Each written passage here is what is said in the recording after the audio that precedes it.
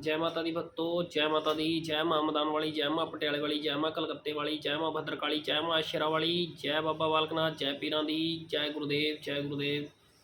जय माता दी। आप सभी भक्तों को गुप्त नवरात्रों की हार्दिक शुभकामनाएं, बहुत बहुत बधाइयाँ हो आप सबको नवरात्रों की। इन नवरात्रों में माता रानी आप सबके बिगड़े काम बनाए, आपके अंदर के भंडारे भरे, और माता रानी की कृपा से आप जो भी जिस भी कार्य पर बैठे हो, माता रानी आप सबके मनोमनोरथ पूरे करे। माता रानी आप सबके उन कार्यों को सिद्धि दे। जो बच्चे साधनाओं पे बैठे हैं उनकी साधनाएं भी माता रानी पूर्ण करे, और माता रानी सबको दर्शन दे, सबके माता रानी अंग संग होकर चले। माता रानी सब पर अपनी करुणा कृपा बरसाए। ऐसी माता रानी के चरणों में अरदास करते हुए, माता रानी से कामना करते हुए, आप सबके माता रानी अंदर के भंडारे भरे। जय जयकार कराए माता रानी आप सबकी, जय जयकार रहे बच्चों की, जय जयकार रहे आप सबकी, और जय जयकार रहे माँ के भक्तों की, और माता रानी की सदा ही जय जयकार रहे। आज मैं आप सबको इस वीडियो के अंदर कुछ ऐसी बातें बताऊंगा कि जो बातें आपके जीवन से जुड़ी हुई हैं, और जो बातें आपकी पूजा पाठ भक्ति से जुड़ी हुई हैं, और जो बातें आपकी पेशे से जुड़ी हुई हैं, ये सब बातें आपको बताऊंगा। इन सब बातों का आपके जीवन में बहुत अहम महत्व है, और माता रानी की कृपा से आप सबको ये बातें जो मैं बताऊंगा, अगर आपको ये बातें मेरी अच्छी लगें, या आपको ये बातें सच लगें, या ये बातें आपको सच में रियल महसूस हों, तो आप सब इस वीडियो को देखने के बाद अपना अपना अनुभव ज़रूर शेयर करना कमेंट के माध्यम से, ताकि हम सब भी जान पाएँ कि आप सबके साथ ऐसा होता है या नहीं होता। ये क्योंकि ये तो अक्सर सभी भक्तों के साथ होता है, जो भी भक्त बड़े श्रद्धा भाव से माता रानी की सेवा करते हैं, और ये उन भक्तों के साथ होता है जो जब तक के अंदर पूर्ण रूप से चलते हैं। ठीक है। आज मैं आपको बताऊंगा कि जब भी आपके साथ मतलब बच्चों के साथ जिनके साथ माता रानी की कृपा है, जिन पर पीरों फकीरों की कृपा है, जिन पर देवी देवताओं की साधु संतों की कृपा है, या जिन पर जो भी शक्ति का प्रभाव पड़ता है, मतलब वो शक्ति आपके साथ कहाँ कहाँ कैसे कैसे वर्क करती है, ये मैं सब आपको बताऊंगा। लेकिन इस वीडियो को सुनने के बाद अगर इस वीडियो के अंदर आपको पूर्णतः सच नज़र आता है, तो आप इसके लिए आप कमेंट बॉक्स में ज़रूर कमेंट करें। चैनल को ज़्यादा से ज़्यादा शेयर करें, लाइक करें और सब्सक्राइब करें। जो भी नए बच्चे इस चैनल को देखें वो सब्सक्राइब जरूर करें। ठीक है। आपको मैं बताऊंगा कि मान लो जैसे आप भक्ति लाइन के अंदर हो, जब जो इन बच्चों पर पेशी खुली हुई है, और जिन बच्चों पर पेशी अभी बहुत ही मतलब आने वाली है और बिल्कुल चरम सीमा के ऊपर है, तो उन सब के साथ क्या होता है, आप बच्चों के पैर के अंगूठे हिलते हैं, साथ में उंगलियां चलती हैं जब आप बैठे रहते हो। कब कहाँ और कैसे चलती हैं ये बताऊंगा। कुछ बच्चों की ये वाली उंगली चलती रहती है, ठीक है, और कुछ बच्चे ऐसे करके हाथ मसलते रहते हैं, और कुछ बच्चों पर बहुत तेज उबासी आती है, और कुछ बच्चों की आंखों में बहुत ज़्यादा नशा बन जाता है। ठीक है। और ये सब क्यों होता है, कैसे होता है, मतलब ये किस लिए है, ये सब मैं आपको बताकर चलूँगा। जो बच्चे माता काली की बहुत ज़्यादा सेवा करते हैं, जो माता काली के बहुत ही परम भक्त हैं, जो माता काली के जब तक पर पूरा मतलब कि समय देकर चलते हैं, और पूरी भक्ति रस के अंदर रंगे हुए हैं, तो उन सब भक्तों के साथ अक्सर ऐसी ऐसी बातें होती हैं, और किसके साथ कहाँ क्या और कैसे चलती है ये सब मैं बताऊंगा। और जो मैं बताने जा रहा हूँ ये बिल्कुल पूर्णतः सच होगा, और क्योंकि ये बातें सब हमने अनुभव कर रखी हैं, और आज भी इन बातों को अनुभव करके चलते हैं। ये बातें हर किसी के साथ होती हैं। ठीक है। सबसे पहली बात तो यही होती है कि जो भी माता काली का भक्त होता है ना, जब माता काली के भक्त के साथ कोई सामने से बैठा हुआ भक्त बातें कर रहा होता है, या फिर वो बात जो कोई बच्चा सामने से बैठा खुद से मतलब उस बच्चे को देख रहा होता है, भाई मैं उसकी नेगेटिविटी को चेक कर रहा हूँ या कुछ भी कर रहा हूँ, या वो बच्चा किसी के साथ बात कर रहा हो भक्ति लाइन से रिलेटेड, या फिर भक्ति से चल रही बातों को, या सत्संग की बातें चल रही हों, क्या कोई पूजा पाठ से रिलेटेड बातें चल रही हों, तो बच्चों के अक्सर पैर का अंगूठा और उंगलियां ऐसे करके हिलती रहती हैं। वो एक अलग ही नशा रहता है उस समय पर। वो उंगलियां ऐसे हिलती रहेंगी, और हिलते हिलते वो बच्चा बातें करता रहेगा, और बातें करते करते उसको ये भी नहीं पता लगेगा ये बातें मैं बोल कैसे रहा हूँ। ठीक है। जो मतलब उसके पास कई बातें ऐसी नहीं भी होंगी, तो वो स्वयं से निकलती हुई उसके मुख पर पहुँचेंगी, और वो बच्चा बातें करता रहेगा, और नीचे जो पैर का अंगूठा और वो उंगलियाँ वो हिलती चली जाएगी। ठीक है। या कोई बच्चा किसी नेगेटिविटी को आमने सामने से बैठ कर, या कोई भक्त किसी नेगेटिविटी को बुलाने की कोशिश कर रहा, तो मान लो वो साधारण बैठा है, लेकिन उसके चौकड़ी के अंदर वो पैर की उंगली और अंगूठा चलता रहेगा, क्योंकि वहाँ पर माता वर्क कर रही होती है उस समय पे। शक्ति अपने तरंगों छोड़ रखी होती हैं, और वो वर्क कर रही होती हैं, और वही तरंगे उस समय पर वो कार्यरत होती हैं। बच्चा ऊपर से सदैव नॉर्मल रहेगा और बात करता रहेगा, लेकिन पैर की उंगलियां और वो अंगूठा चलता रहेगा, और शक्ति अपना कार्य करती रहेगी। ठीक है।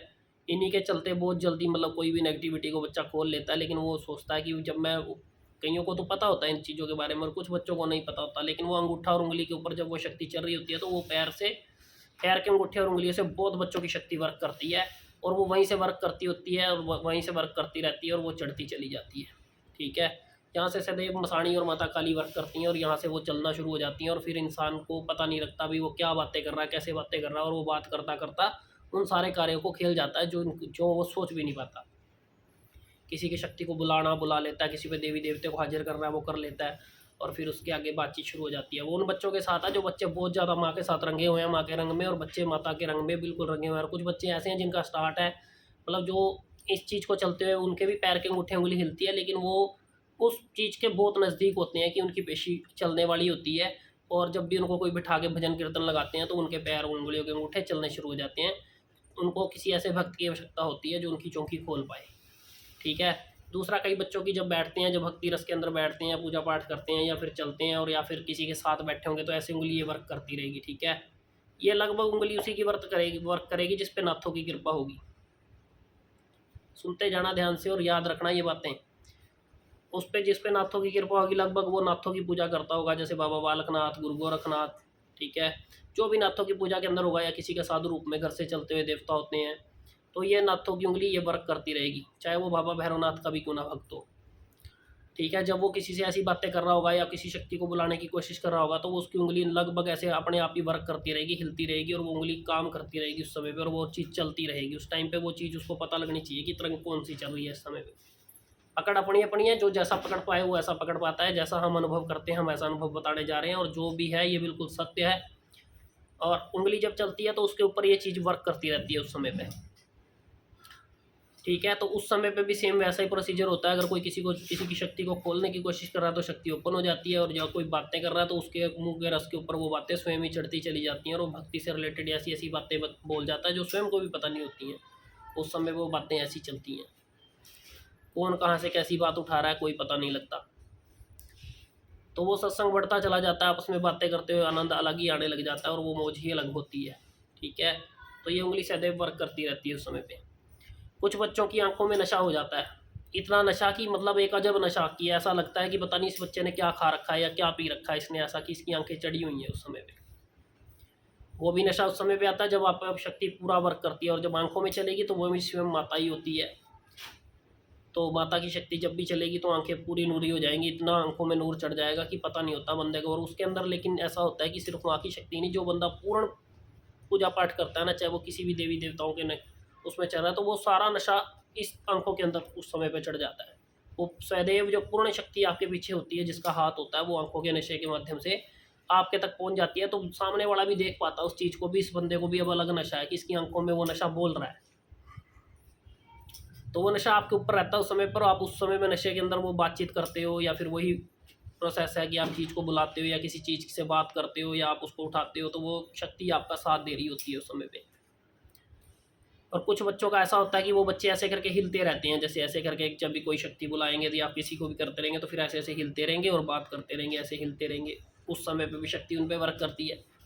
जब ऐसे हिलते रहोगे तो उस समय पे भी पूरा माध्यम है कि आपकी शक्ति, जो भी आप शक्ति की सेवा कर रहे हो, वो शक्ति देव आप पे कार्यरत रहती है, और वो शक्ति ऐसे हिलता रहता है, इंसान पूरे का पूरा हिलता रहेगा और बात करता रहेगा। और जो भी कार्य है वो कार्य के अंदर जो कार्य वही सेम रहते हैं, जो कोई भक्ति रस से बात करना या कोई भजन कीर्तन सुनना, या फिर कोई गद्दी लगा रहा तो वो गद्दी के समय पे कार्यरत रहता है। वो किसी की नेगेटिविटी को बुला रहा होता है, किसी देवी देवते की पेशी को बुला रहा होता है, तो उस समय पे भी शक्ति स्वयं शरीर पे नहीं खेलती, लेकिन वर्क करती रहती है। शरीर ऐसे हिलता रहता है और शक्ति वर्क करती रहती है।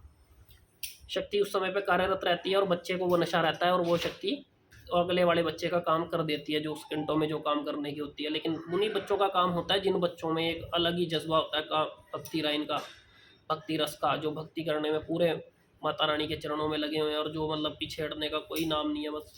बस उनको सिर्फ माँ और माँ ही दिखाई देती है, या जो भी जिस शक्ति के साथ चल रहा है उसके साथ।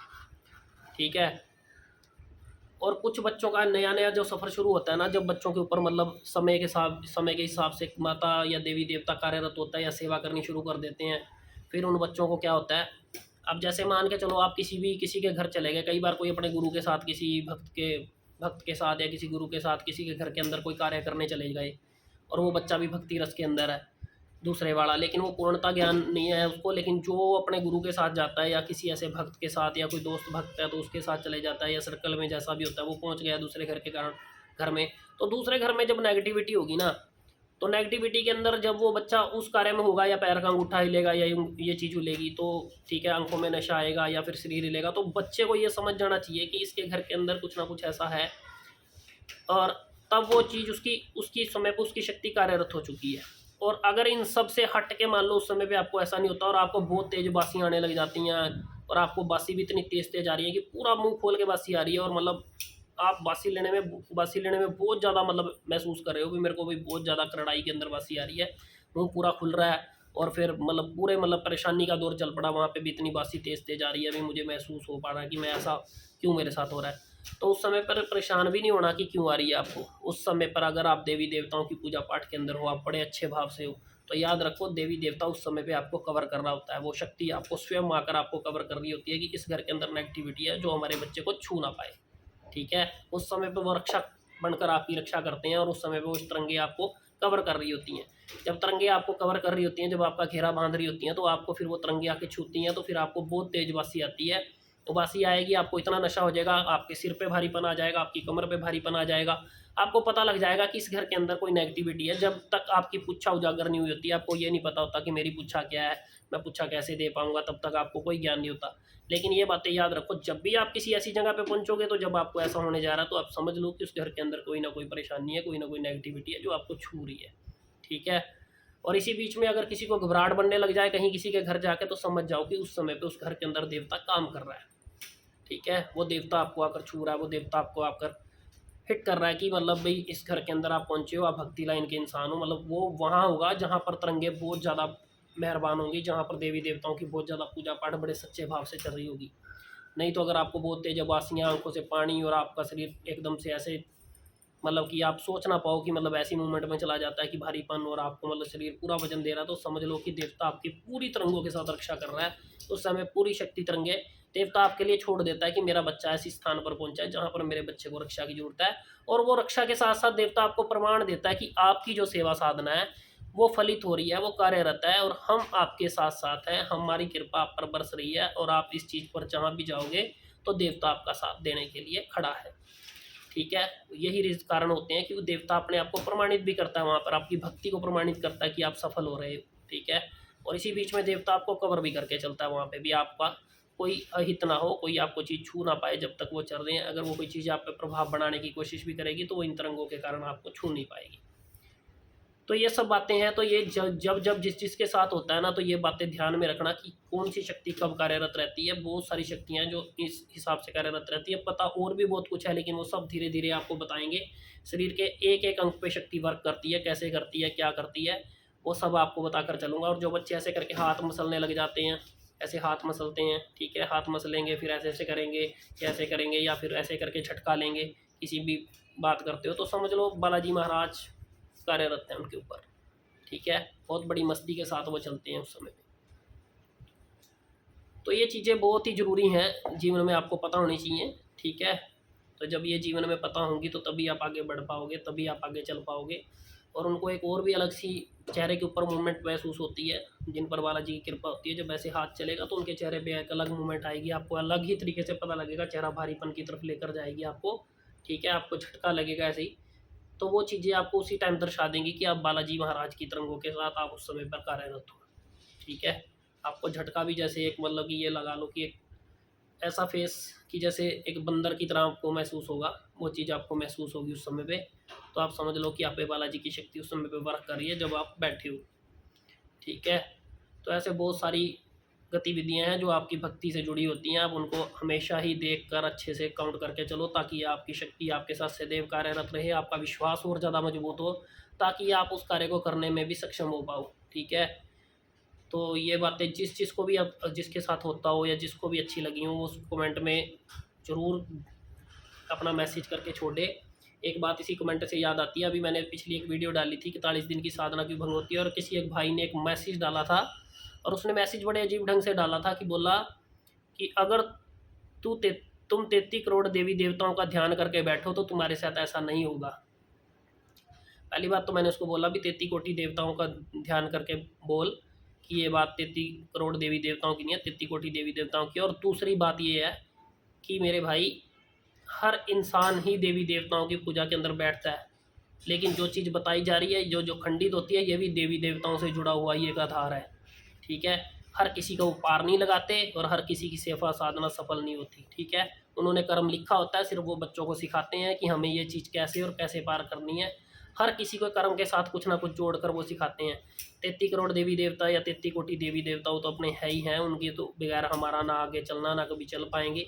ठीक है, वो तो भगवान है, उनके बिना तो चलना किसी का भी संभव नहीं है। और बिना नाम लिए कोई जब साधना करने बैठता तो देवताओं को याद किए बगैर कोई भी नहीं बैठता। ऐसा कोई मूर्ख नहीं होगा जो देवी देवताओं की साधना पे बैठे और देवी देवताओं को याद ना करे। ठीक है, तो याद रखो। इससे अच्छा अगर आप ये बात बोल देते ना कि अपने माता पिता को याद करके बैठो जो सबसे बड़े भगवान है, तो वो बात शायद आपकी फल जाती वहाँ पे। तो इसलिए आप जो भी बोलो बड़े सोच समझ के बोलो, ताकि सुनने देखने वाले को भी अच्छा लगे और सुनने वाले को भी अच्छा लगे। नहीं तो फालतू के मैसेज करने हैं तो लाख बार करो, कोई फ़र्क नहीं पड़ता इन सब बातों से। ठीक है, इसी के साथ मैं आप सबसे इजाज़त चाहूँगा। जय माता दी, जय महाकाली, जय माँ हमदान वाली, जय माँ पटियाले वाली, जय माँ कलकत्ते वाली, जय माँ भद्रकाली, जय माँ शेरा वाली, जय बाबा बालकनाथ, जय पीरां दी, जय गुरुदेव, जय गुरुदेव, जय माता दी। सब सभी भक्तों को, आप सबको एक बार फिर से गुप्त नवरात्रों की बहुत बहुत बधाइयाँ, बहुत बहुत हार्दिक शुभकामनाएं। जय महाकाली, जय माता दी।